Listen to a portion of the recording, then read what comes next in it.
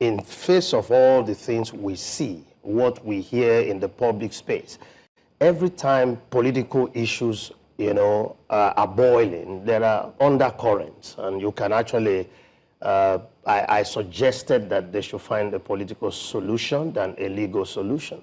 And you all were in disagreement with me. And I said, for me, I see ego here. I see people, it's not about whether Natasha is a woman, because even if Natasha were to be a man, the man might use other means to resolve this.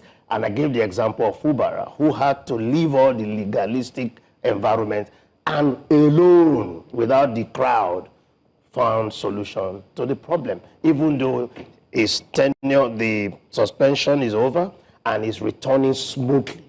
It did not happen on a legal ground.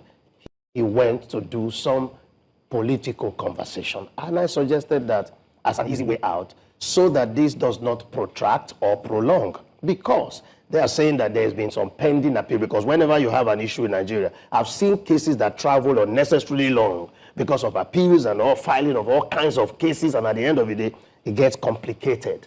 Okay. So I was suggesting that, not because she's a woman or a man, I believe everyone who is in the political environment should have an understanding. First and foremost, did Fubara really find a political solution?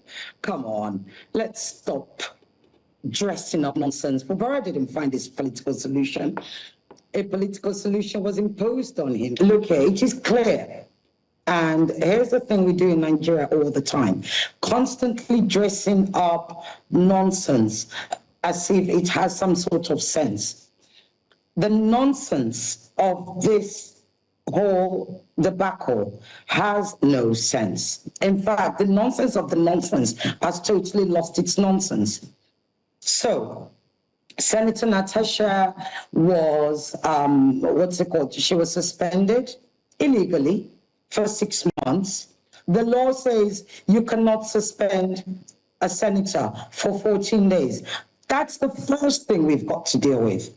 So immediately on the offset, the Senate were totally wrong. In actual fact, I keep saying this, it is critical that we remember that the senators are the lawmakers of the land.